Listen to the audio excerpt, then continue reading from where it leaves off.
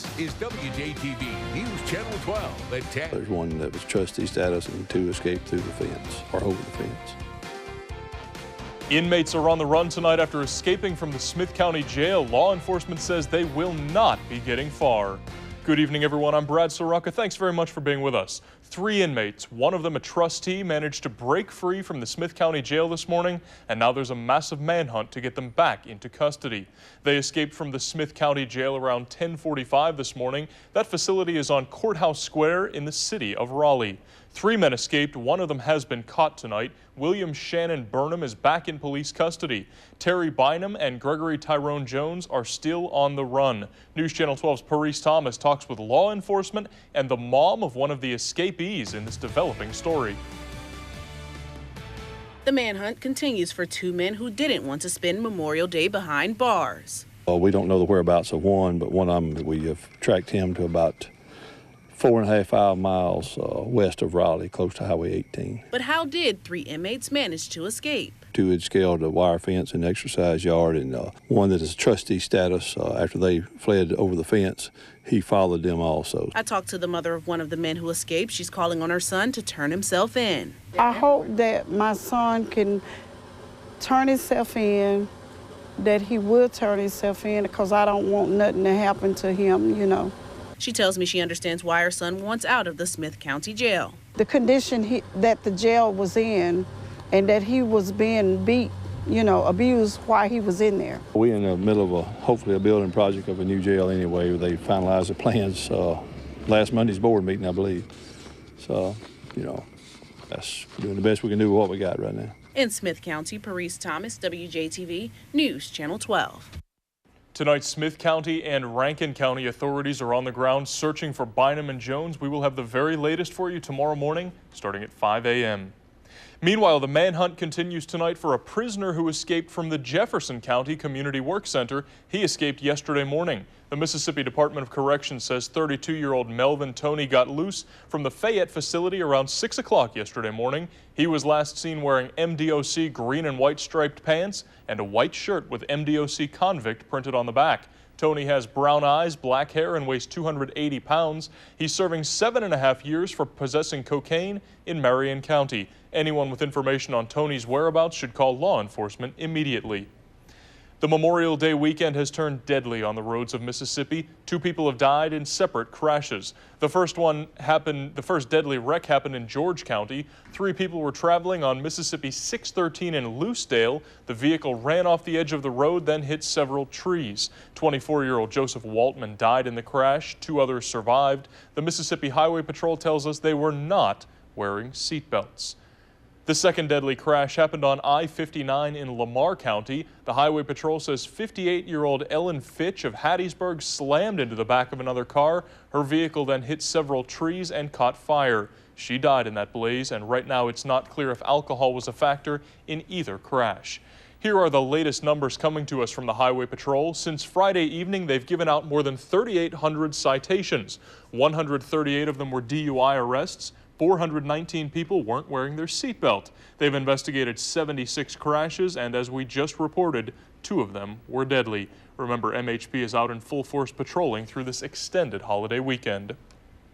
James Hutto will be back in court tomorrow morning to learn his fate. Yesterday, a jury found him guilty of capital murder in the death of a Clinton senior citizen. Yeah. And all 15 of you and all of y'all. Hutto again was kicked out of the courtroom yesterday for that verbal outburst. After the guilty verdict was read, there was even some applause in the courtroom. The jury was unanimous in their decision. We will bring you the latest tomorrow on his sentencing. Hutto could face the death penalty.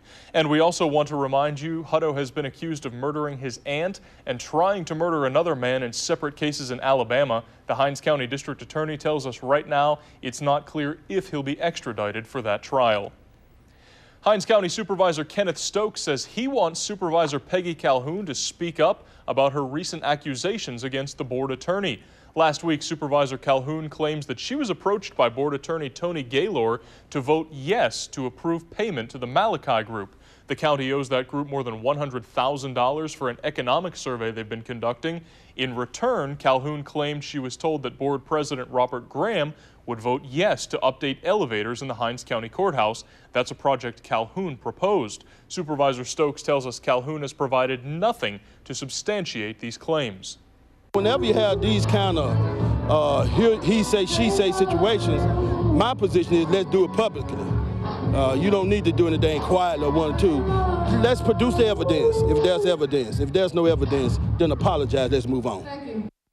Supervisor Graham denies the incident occurred.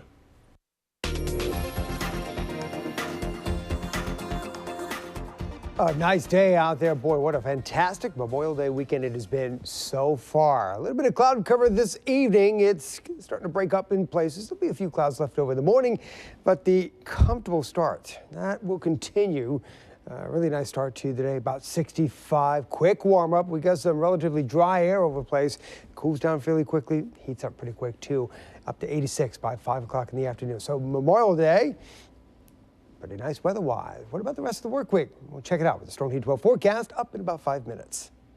The healing process continues day by day in the town of Moore, Oklahoma. President Obama today pledged the nation's support, and hundreds gathered tonight for a memorial service to honor the victims. News Channel 12's Begad Shaban is in Moore tonight as residents overcome the devastation in Oklahoma. Students who survived the tornado at Briarwood Elementary received a standing ovation at a public memorial service to honor victims of last week's tornado. Jesus loves me, yes I know. Teacher Winnell Mays said she asked her students to play a singing game to drown out the sound of the tornado ripping through Moore, Oklahoma. Debris started falling everywhere around us, and then it turned black, and I don't remember for a while. I just kept singing. Through song and prayer, hundreds gathered for the emotional service. Hours earlier, President Obama visited the hard-hit town. Letting everybody here know that you are not alone, that you've got folks behind you. The president toured Plaza Towers Elementary School, where 7 students died. He asked Americans to help Moore rebuild. There's no doubt they're going to bounce back, but they need help. With entire neighborhoods completely wiped out here in Moore, some residents worry how long it will take to rebuild. John and Molly Rangnow lost their home, and just a few miles away, so did their daughter. It's just awful because my 2 grandchildren live here, and there's nothing. The couple struggled to find anything they could recover. Yeah, there's just nothing left. John and Molly ended their search with just an empty suitcase, a few items for their grandkids, and a sense of loss they say they've never felt before. In Moore, Oklahoma, Begad Shaban, WJTV News Channel 12. 24 people died in Monday's tornado. It was an EF5, that's the strongest category. Officials say the 200-mile-per-hour winds damaged or destroyed 12,000 homes in Moore. And in more national news tonight, San Antonio and surrounding areas of South Texas braced for a second day of flash floods today. At least 2 women drowned, and the search continues for a teenage boy who went missing after he tried to swim across a swollen creek. 10 inches of rain fell in just 6 hours. River levels are dropping tonight, but more rain is on the way. Kentucky police say the fatal roadside shooting of a police officer was premeditated. They're asking for the public's help in finding suspects. 33-year-old Bardstown officer Jason Ellis was shot multiple times after he got out of his cruiser just to pick up debris.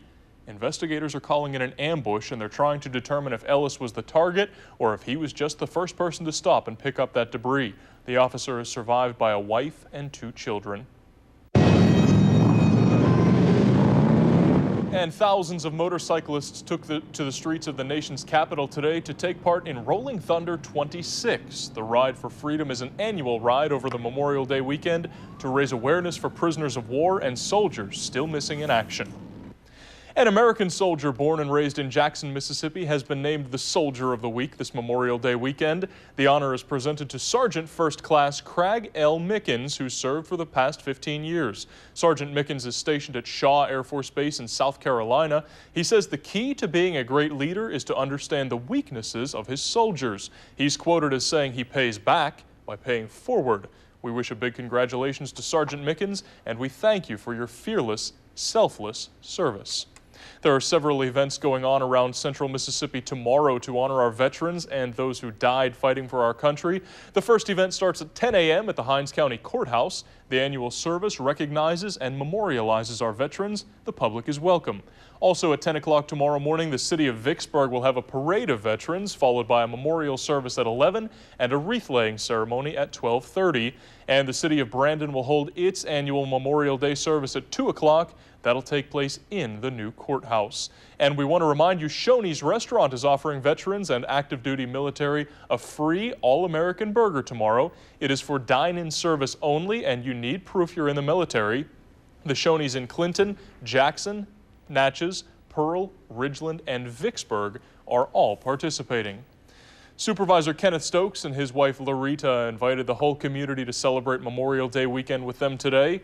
They hosted a party at Battlefield Park, and the evening event was fun for the entire family. They included games, concerts, and food. Mrs. Stokes says events like this not only help to remember our military veterans, but they're also definitely needed for the children. This is really like a kickoff to summer. You know, school's getting out. I think they have one more day Monday, and after that they're loose. And so we're going to be trying to help provide entertainment for them all during the summer. Having this brings not only the children together, it brings families together. And it also recognizes our heroes. And that event just wrapped up tonight at sundown at Battlefield Park. Big news this weekend for C Spire Wireless customers. That company is adding 4G LTE service to 205 cell sites later on this year. The 4G will increase data speeds up to 10 times that of its 3G service. So far, much of the Jackson Metro has already been upgraded to 4G. The expansion will include 496,000 other customers, and C Spire's rural customers will see an increase from 2G up to 3G. Still to come tonight at 10 o'clock, a healthy snack for tomorrow's cookouts and gatherings, what you need on the picnic table in the Medical Watch. But first, Tony, you really delivered a good one this weekend. Yeah, but the work is not done yet. We've got tomorrow to go through, and Brad's right. Today was a beaut. 87 the high temperature today. Can we make it 3 for 3 the entire weekend? I'll let you know coming up after the break. Stay right there, watching News Channel 12 at 10.